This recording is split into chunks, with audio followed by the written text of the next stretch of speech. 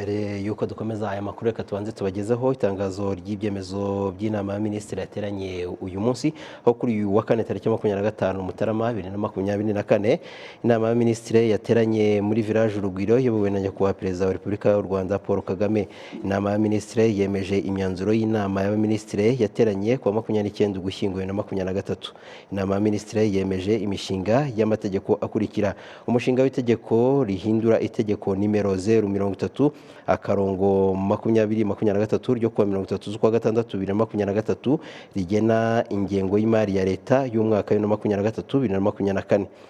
Inama y'abaminisitiri kandi yemeje umushinga w'itegeko ryemerera kwemeza burundu amasezerano hagati ya guverinoma y'u Rwanda na guverinoma y'ubwami bw'Ubwongereza ku byerekeye ubufatanye ku bijyanye n'abimukira hagamijwe gushimangira inshingano z'ibihugu byombi ku rwego mpuzamahanga ku byerekeye kurengera impunzi n'abimukira, yashyizweho umukono i Kigali ku wa 5 Ukuboza 2023.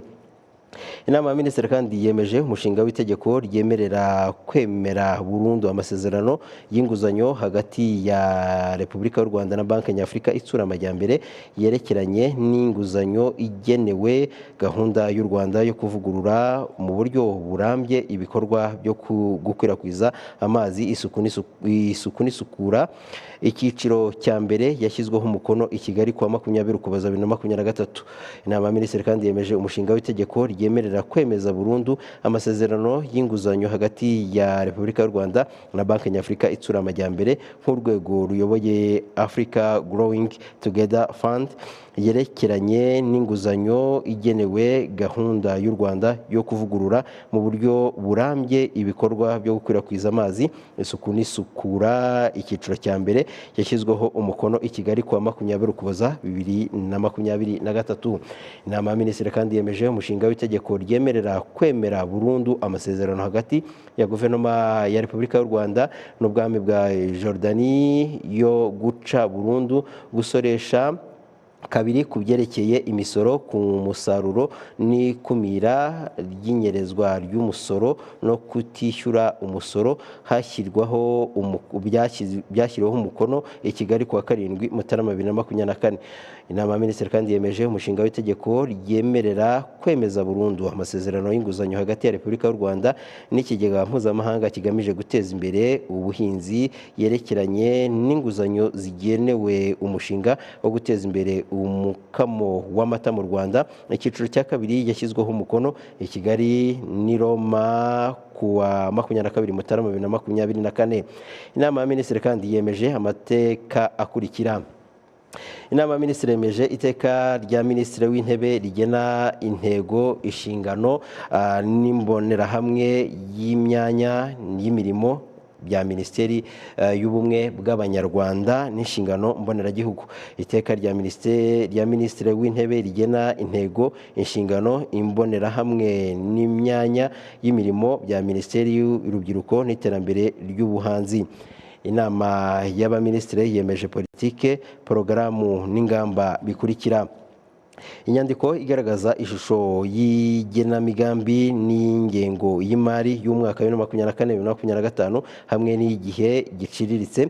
Amasezerano y'ubufatanye hagati ya guverinoma y'u Rwanda na Bridge ya kabiri, gukoresha ubutaka bwa leta gukodesha ubutaka bwa leta bugahabwa sosiyete yitwa Tirelessly kugira ngo bukoreshwe mu ishoramari. Inama y'abaminisitiri kandi yemeje abahagarariye ibihugu byabo, ibihugu n'imiryango mpuzamahanga bakurikira: Madamu Alison Heath Tropo ni High Commission mu bwami bw'Ubwongereza na Ireland ya ruguru mu Rwanda, afite icyicaro hano i Kigali.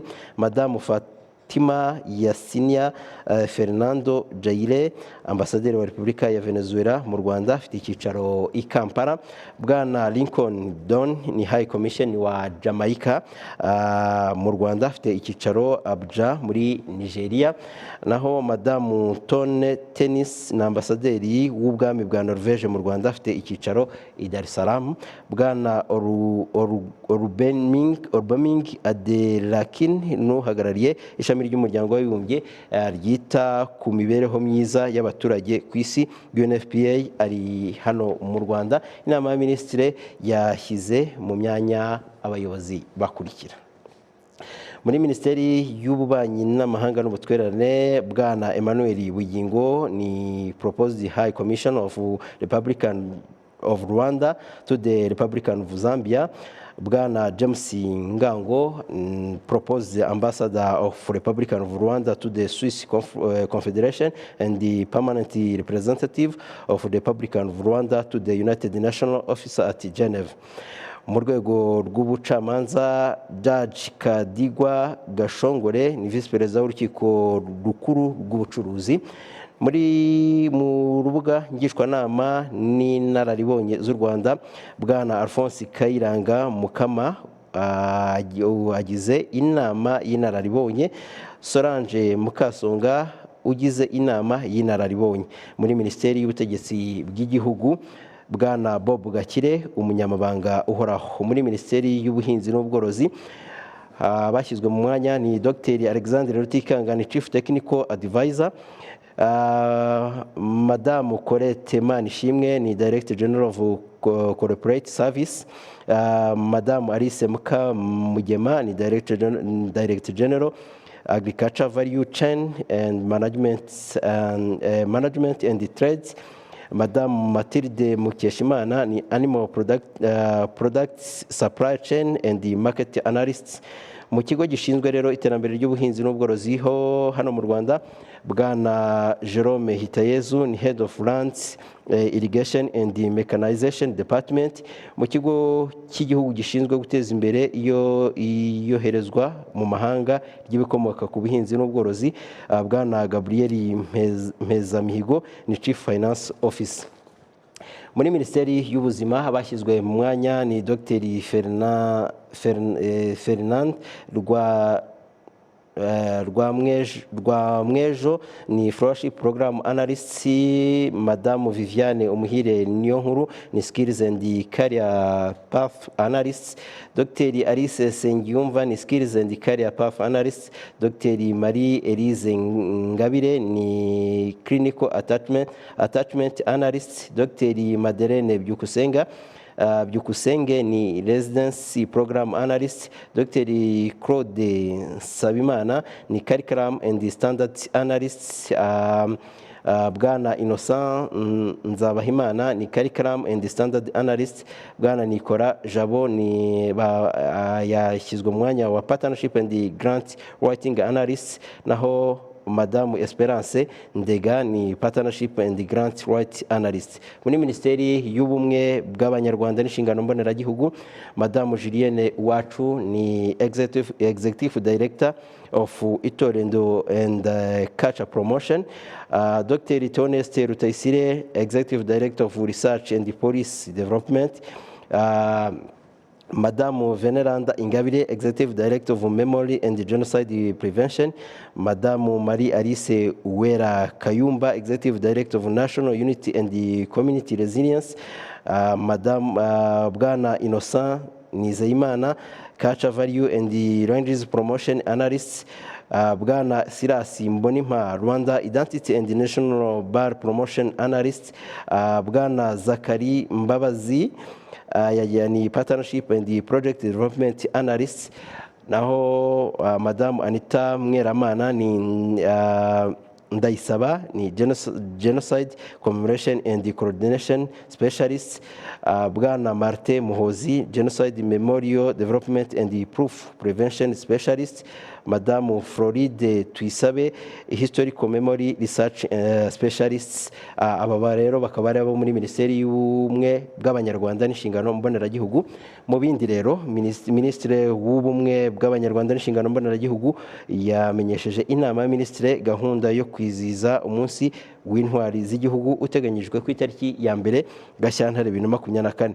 Minisitiri wa Siporo yamenyesheje inama y'Abaminisitiri ibikorwa bya siporo biteganyijwe kubera hano mu Rwanda no mu mahanga kuva muri Mutarama kugera muri Werurwe 2024. Ibyo bikorwa rero ni bikurikira: Ikipe y'igihugu y'u Rwanda ya handball yitabiriye irushanwa ry'igikombe cya Afurika cya handball kirimo kubera i Cairo mu Misiri kuva ku itariki ya 17 kugera ku ya 27 Mutarama 2024. Amakipe y'u Rwanda ya sitting volleyball mu bagore no mu bagabo azitabira irushanwa rizabera i Lagos muri Nigeria kuva ku itariki ya 29 Mutarama kugera ku ya 3 Gashyantare 2024. U Rwanda kandi ruzakira isiganwa mpuzamahanga ry'amagare Tour du Rwanda rizaba ribaye ku nshuro 16 guhera ku itariki ya 18 kugera ku itariki ya 25 Gashyantare 2024. U Rwanda kandi ruzakira irushanwa rya Rwanda Challenge 50 rya tenisi n'amarushanwa y'abakinnyi babigize umwuga muri tenisi riteganyijwe kuva ku itariki ya 26 Gashyantare kugera ku ya 9 Werurwe 2024. Minisitiri w'Urubyiruko n'Iterambere ry'Ubuhanzi yamenyesheje inama ya minisitiri ko kuva ku itariki ya 16 kugera ku 25 Gushyingo Gashyantare 2024 u Rwanda ruzakira Trinidad do Kigali iserukiramuco ry'abahanzi mu byiciro bitandukanye ryateguwe ku bufatanye n'umujyi wa Kigali na Rwanda Art Initiative. Bikaba byakorewe i Kigali rero ku wa 25 Mutarama 2024. Dr. Edouard Ngirente, Minisitiri w'Intebe, ni washyize umukono kuri iri tangazo. Dukomeze amakuru yacu tubabwira ko bafite imitungo itimukanwa bashimira ko imisoro yagabanyijwe